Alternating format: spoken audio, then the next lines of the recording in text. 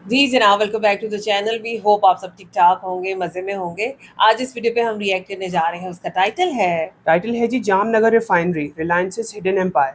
अच्छा, जामनगर का नाम जब भी हम सुनते हैं तो हमें ये तो ज़रूर पता चलता है कि भाई वहाँ पे अंबानीज़ की बहुत बड़ी रिफाइनरी है, लेकिन कैसे बनी, कब बनी, ये सारी चीज़ें आज हम पहली बार जानेंगे। तो वीडियो काफ़ी इंफॉर्मेटिव होने वाली है। चलते हैं, वीडियो देखते हैं, उसके बाद करते हैं डिस्कशन। चले से पहले वीडियो को स्टार्ट करें। चैनल पे नए तो प्लीज सब्सक्राइब कर ले और बेल आइकन प्रेस करना बिल्कुल मत भूलिएगा। हम चलते अपनी वीडियो की तरफ और आप देख रहे हैं एमजी रिएक्शंस।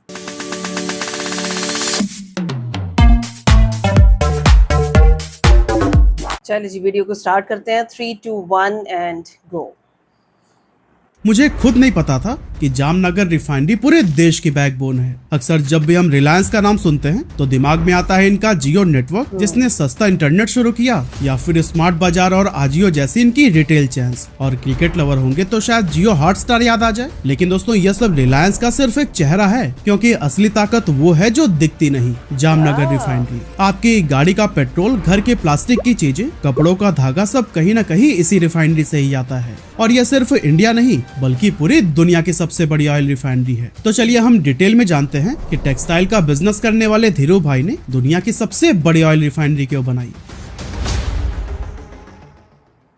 अब दोस्तों, जामनगर रिफाइनरी की इंपॉर्टेंस को समझने के लिए हमें पहले यह जानना जरूरी है कि जब यह रिफाइनरी नहीं थी तब इंडिया की हालत क्या थी। असल में 1990s के उस दौर में इकोनॉमिक लिबरलाइजेशन के बाद विदेशी कंपनीज इंडिया में आने लगी थी, जिससे इंडस्ट्रीज तेजी से बढ़ने लगी। और जाहिर सी बात है, ट्रक्स बढ़े, कमर्शियल व्हीकल्स बढ़े, तो फिर फ्यूल की डिमांड तो बढ़नी ही थी। लेकिन प्रॉब्लम यह थी कि उस टाइम इंडिया की रिफाइनरी कैपेसिटी इतनी कम थी कि हम अपनी खुद की जरूरत का भी पेट्रोल और डीजल नहीं बना पा रहे थे। इसीलिए 1990 में इंडिया की नेट ऑयल इंपोर्ट डिपेंडेंसी 43% थी, यानी देश की लगभग आधी जरूरत सऊदी अरबिया, इराक, ईरान और कुवैत जैसे देश पूरा करते थे, जिससे देश का ज्यादातर पैसा बाहर ही चला जाता था। और यह सिचुएशन हर साल खराब ही होती जा रही थी। अब शायद आपके मन में ये सवाल आ रहा होगा कि क्या एक भी रिफाइनरी तब इंडिया में नहीं थी? अरे भाई, थी ना, कई सारी थी, लेकिन सरकारी, जिनको इंडियन ऑयल, बीपीसीएल और एचपीसीएल चलाती थी। लेकिन प्रॉब्लम यह थी कि यह सिर्फ अच्छी क्वालिटी का हल्का क्रूड ऑयल ही प्रोसेस कर पाते थे।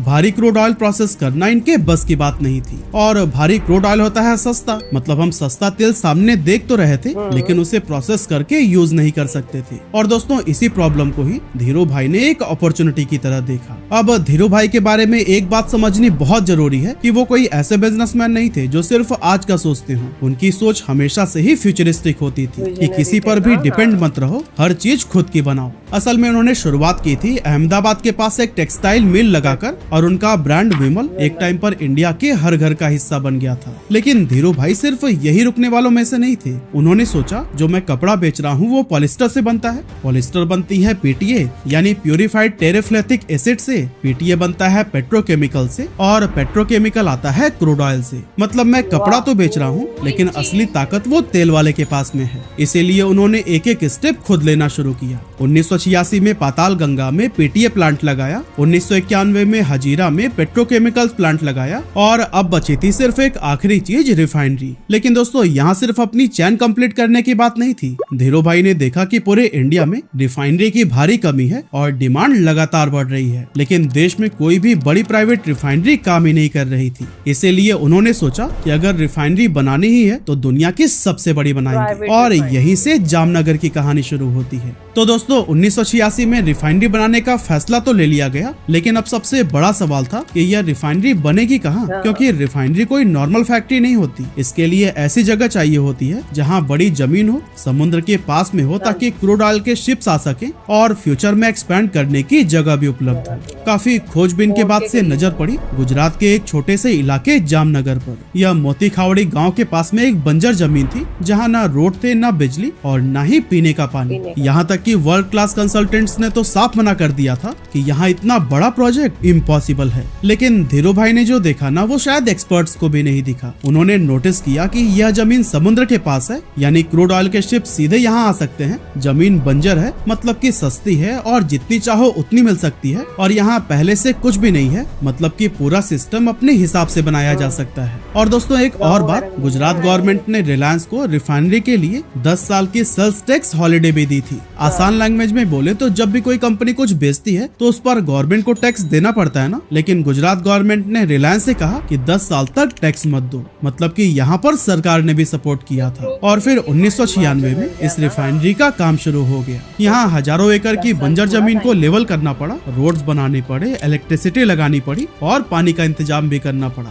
और दोस्तों पता है, पीक टाइम पर इस साइट पर एक साथ में 70,000 वर्कर्स काम कर रहे थे। लंदन, शिकागो, ह्यूस्टन और मुंबई के इंजीनियर्स एक ही प्रोजेक्ट पर एक साथ लगे हुए थे। लेकिन तभी जून 1998 में कंस्ट्रक्शन के बीच ही एक ऐसा बड़ा साइक्लोन आया जिससे पूरी साइट ही तबाह हो गई। इस साइक्लोन का नाम था ARB03, जिसमें 195 किलोमीटर पर आवर की तेज रफ्तार से हवा चली थी। और इतना खतरनाक साइक्लोन गुजरात में 1890 के बाद से पहली बार आया था। और सबसे दुख की बात तो ये थी कि उस हादसे में करीब 60 वर्कर्स की भी जान चली गई थी। लेकिन फिर भी लोगों ने हार नहीं मानी। सभी ने मिलकर इतनी मेहनत की कि सिर्फ 12 दिनों में रिफाइनरी वापस साइक्लोन से पहली वाली कंडीशन में थी और 15 दिनों में ही दोबारा सभी वर्कर्स काम पर लग गए। और फिर 28 दिसंबर 1999 को धीरूभाई अंबानी के बर्थडे पर सिर्फ 33 महीने में ही दुनिया की सबसे बड़ी ऑयल रिफाइनरी तैयार हो चुकी थी। और हाँ, पता है, उस साइज की रिफाइनरी बनाने में ना दुनिया में कहीं भी 5 से 7 साल लग जाते, लेकिन जामनगर रिफाइनरी करीब 2.5 साल में ही रेडी था। और कॉस्ट एशिया के बाकी रिफाइनरी से 40% सस्ती में बन गई थी। तो दोस्तों अब एक जरूरी बात, जामनगर की इम्पोर्टेंस समझनी है ना, तो हमें पहले यह समझना होगा कि रिफाइनरी एक्चुअली करती क्या है। असल में क्रूड ऑयल को रिफाइनरी में गर्म किया जाता है, जिससे अलग अलग टेम्परेचर्स पर अलग अलग चीजें निकलती हैं। सबसे ऊपर एक्सट्रैक्ट किया जाता है पेट्रोलियम गैस, जिसका यूज हम LPG सिलेंडर्स में करते हैं। उसके नीचे आता है पेट्रोल, फिर आता है नेफ्ता, जिससे आगे चलकर प्लास्टिक, पेंट और केमिकल जैसी चीजों का बेस बनाया जाता है। इसके बाद से आता है केरोसिन, जिससे प्लेन्स का जेट फ्यूल बनता है। फिर आता है डीजल और इसके बाद जो सबसे हैवी हिस्सा बचता है उससे लुब्रिकेटिंग ऑयल निकलता है। और सबसे लास्ट में बिटुमन बच जाता है, वही रोड बनाने वाला डामर। मतलब एक रिफाइनरी क्रूड ऑयल से यही सभी अलग अलग प्रोडक्ट्स निकालने का काम करती है। तो दोस्तों याद है ना, जो हमने शुरू में बात की थी कि 1990s में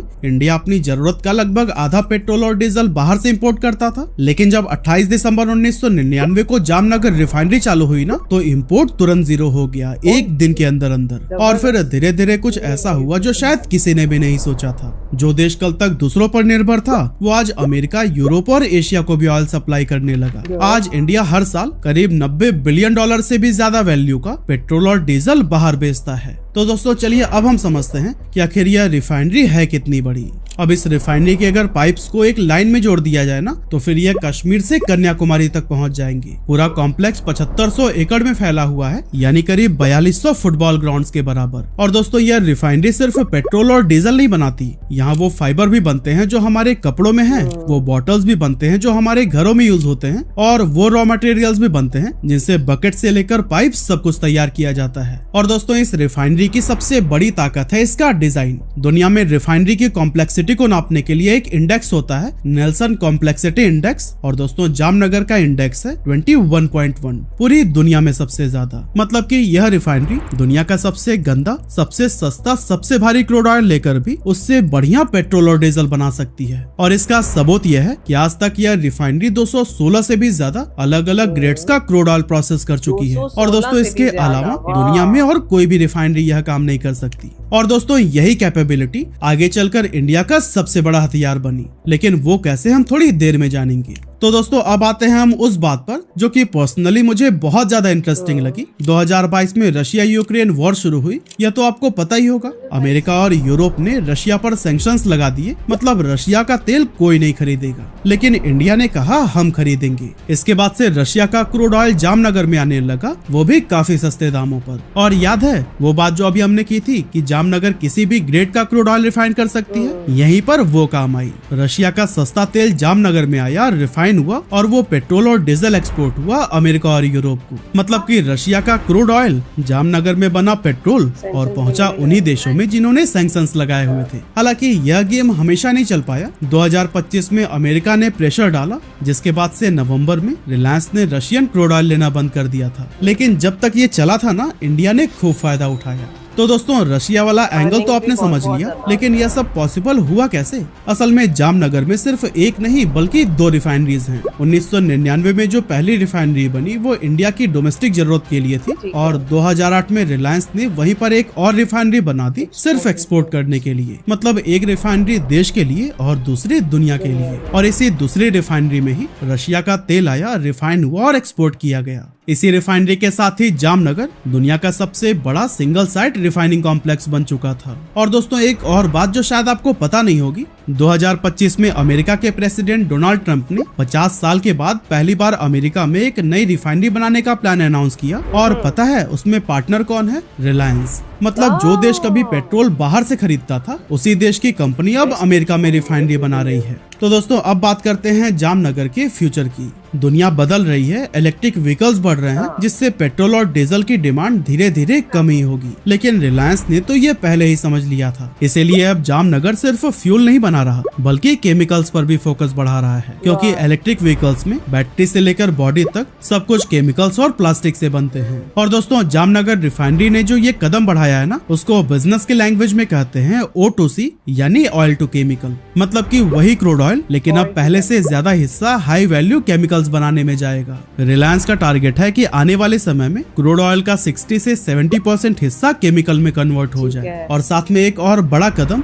उसी जामनगर में जहां दुनिया के सबसे बड़ी ऑयल रिफाइनरी है, अब वहीं दुनिया का सबसे बड़ा ग्रीन एनर्जी कॉम्प्लेक्स भी बन रहा है। नाम है Dhirubhai Ambani green energy giga complex, जहां सोलर पैनल्स बनेंगे, बैटरीज बनेंगी और ग्रीन हाइड्रोजन बनेगी। और इसका साइज पता है कितना है? टेस्ला की गीगा फैक्ट्री से 4 गुना बड़ा। मतलब कि जो जमीन कभी बंजर थी वहाँ पहले दुनिया का सबसे बड़ा ऑयल रिफाइनरी बना और अब दुनिया का सबसे बड़ा ग्रीन एनर्जी कॉम्प्लेक्स। मतलब कि जामनगर पुरानी एनर्जी का भी घर था और अब नई एनर्जी का भी घर बनेगा। लेकिन दोस्तों एक ऑनेस्ट बात भी कर लेते हैं, जो रिफाइनरी ग्रीन एनर्जी कॉम्प्लेक्स के बगल में खड़ी है ना, वही रिफाइनरी दुनिया में सबसे ज्यादा पोल्यूशन करने वाले रिफाइनरीज में से भी एक है। 2022 में इसने जितना CO2 छोड़ा था ना, वो 43 लाख गाड़ियों के 1 साल के पोल्यूशन के बराबर है। लेकिन अब एक सवाल है आपसे, अगर आप कल सुबह उठिए और पेट्रोल पंप पर पेट्रोल ही ना मिले तो क्या होगा? ट्रक्स नहीं चलेंगे, सब्जियां नहीं आएंगी और दवाइयां भी नहीं पहुंचेंगी। और यह सिर्फ एक इमेजिनेशन नहीं है। 2025 में जब रिलायंस ने सिर्फ रूटीन मेंटेनेंस के लिए जामनगर रिफाइनरी का एक हिस्सा 21 दिनों के लिए बंद कर दिया था, तो पूरे इंडिया की ऑयल सप्लाई चेन में हलचल मच गई थी। सिर्फ 21 दिन, सिर्फ एक हिस्सा भाई। अब सोचिए अगर पूरी रिफाइनरी ही बंद हो जाए तो इंडिया की रिफाइनिंग कैपेसिटी का 25% झटके में गायब हो जाएगा, जो कि देश को रोज चलाता है। और दोस्तों एक और बात, जामनगर सिर्फ फैक्ट्री नहीं है, यह इंडिया की सिक्योरिटी का भी हिस्सा है। पाकिस्तान की बॉर्डर से यह रिफाइनरी सिर्फ कुछ 100 किलोमीटर की दूरी पर है। इसीलिए इंडियन एयरफोर्स ने जामनगर के पास अपने फाइटर जेट्स और सरफेस टू एयर मिसाइल्स भी तैनात किए हुए हैं, सिर्फ इस एक रिफाइनरी को बचाने के लिए। मतलब कि यह रिफाइनरी इतनी इम्पोर्टेंट है कि आर्मी भी इसकी रखवाली करती है। तो दोस्तों आज हमने जो कहानी देखी ना, वो सिर्फ एक रिफाइनरी की कहानी नहीं है। यह कहानी उस आदमी की थी जिसने कपड़े बेचे, केमिकल्स बनाए और फिर 1999 में एक बंजर जमीन पर खड़ी कर दी दुनिया की सबसे बड़ी ऑयल रिफाइनरी। और दोस्तों यही है असली बिजनेस की सोच।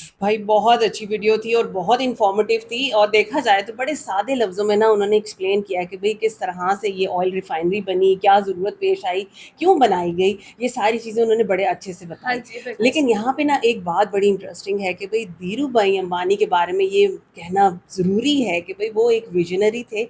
और आप ये देखो कि कहाँ से बात चली, तो टेक्सटाइल से बात चली और उन्होंने उस पूरी चेन को आइडेंटिफाई किया और उसको बना भी लिया कि जरूरत किस चीज की अच्छा, लेकिन आप ये देखो कि वो चेन को आइडेंटिफाई करते करते जब वो रिफाइनरी के प्लान तक पहुंचे तो उन्होंने फिर ये चीज देखी कि रिफाइनरी खाली उनके लिए नहीं बल्कि पूरे मुल्क की सपोर्ट करेगी। तो उन्होंने सारा अपना ध्यान उस रिफाइनरी के ऊपर बिल्कुल है, क्योंकि वैसे तो थी लेकिन वो लाइट क्रूड ऑयल को वो कर रहे थे प्रोसेस, लेकिन हैवी को कोई नहीं कर पा रहा था। और फिर हमें यहाँ पे भी उन्होंने बड़ी डिटेल में और बड़े अच्छे से ना डायग्राम्स के थ्रू समझाया कि भाई हैवी क्रूड ऑयल को प्रोसेस करने से आप अपनी 6 से 7 नीड्स उसी एक ऑयल के साथ। और आप देखें कि वो मल्टीपल इंडस्ट्रीज हैं जो कि आगे खुल जाती है। हाँ ऐसा ही है। फिर जिस तरह से प्लांट बनाया हाँ गया, जी। वो सारी चीजें बड़ी इंटरेस्टिंग थी। और यहाँ पे भी एक बात आप देखो कि भाई क्योंकि यहाँ पे लेबर बहुत सस्ती है, हाँ जी। तो इतनी ज्यादा मैन पावर वहाँ पे डाली गई कि भाई 6-7 साल में जो चीज बननी थी 2.5 साल वो में वो 2.5 साल काम के अंदर मतलब complete हो गई। 70,000 वर्कर्स के साथ उन्होंने जो है 2.5 साल के अंदर ये कंप्लीट कर कंप्लीट लिया अपना करके मेगा दे दिया। प्रोजेक्ट। बिल्कुल बिल्कुल इसी तरह से। अच्छा, और उसके बाद बात यहाँ पे नहीं रुकती है भाई, आगे अगर धीरू भाई अंबानी की बात करें तो मुकेश अंबानी भी उनसे कम नहीं है, उनके बेटे हैं, जाहिर है उसी तरह के वही विजनरी विजनरी हैं। माइंड है। बिल्कुल। और उन्होंने अभी वक्त आया नहीं, और उससे पहले ही उन्होंने ये चीज देख ली कि भाई पोल्यूशन को कट डाउन करने के हाँ लिए जी। अगला जमाना जो है वो ईवी की तरफ EV की कन्वर्ट हो तरफ जाएगा, हो रहा है। और वो चीजें हमें यहाँ पे नजर आप भी आ देखिए जी। उन्होंने एक ही जमीन को कितने पर्पसेस के लिए हाँ, इस्तेमाल किया, और बिल्कुल। अब उनकी वही रिफाइनरी, उनके जो ग्रीन सिटी का प्लान, वो सॉरी ग्रीन फील्ड का फील्ड प्लान का, है ग्रीन हाँ। एनर्जी का, उसको भी सपोर्ट कर रहे हैं। हाँ बिल्कुल जी, इसी तरह ऐसा ही से है। है। और जब वो कंप्लीट हो जाएगा या काम हो रहा है, जैसे जैसे हमें कोई वीडियो मिलेगी हम उसको भी देखेंगे। अच्छा, बेसिकली चीज वो ये क्रूड ऑयल ही है, लेकिन क्रूड ऑयल से उन्होंने पेट्रोल की जगह केमिकल Chemicals ज्यादा के बनाने के शुरू अंदर कर बनाने दिए। शुरू कर दिए। मतलब वो कह रहे हैं ना कि 60 से 70% अब उसको वो केमिकल्स के लिए Chemicals के यूज लिए करेंगे। convert कर रहे तो हैं। बहरहाल जी बहुत अच्छी वीडियो थी, काफी कुछ जानने को मिला कि भाई कैसे कैसे ये काम करते हैं, किस तरह से बनाया जाता है, वो सारी चीजें हमने और यहाँ अब पे इंडिया ही नहीं बल्कि कई देशों के अंदर एक्सपोर्ट भी कर एक्सपोर्ट रहे भी हैं किया soil जा रहा है। को। बिल्कुल इसी तरह से। बाकी आप बताएं वीडियो कैसी लगी, हमारी रिएक्शन कैसी लगा। अगर अच्छा लगा हो तो वीडियो को लाइक और चैनल को सब्सक्राइब करना बिल्कुल मत भूलिएगा। मिलते हैं आपसे अगली वीडियो में, अपना बहुत ख्याल रखिएगा।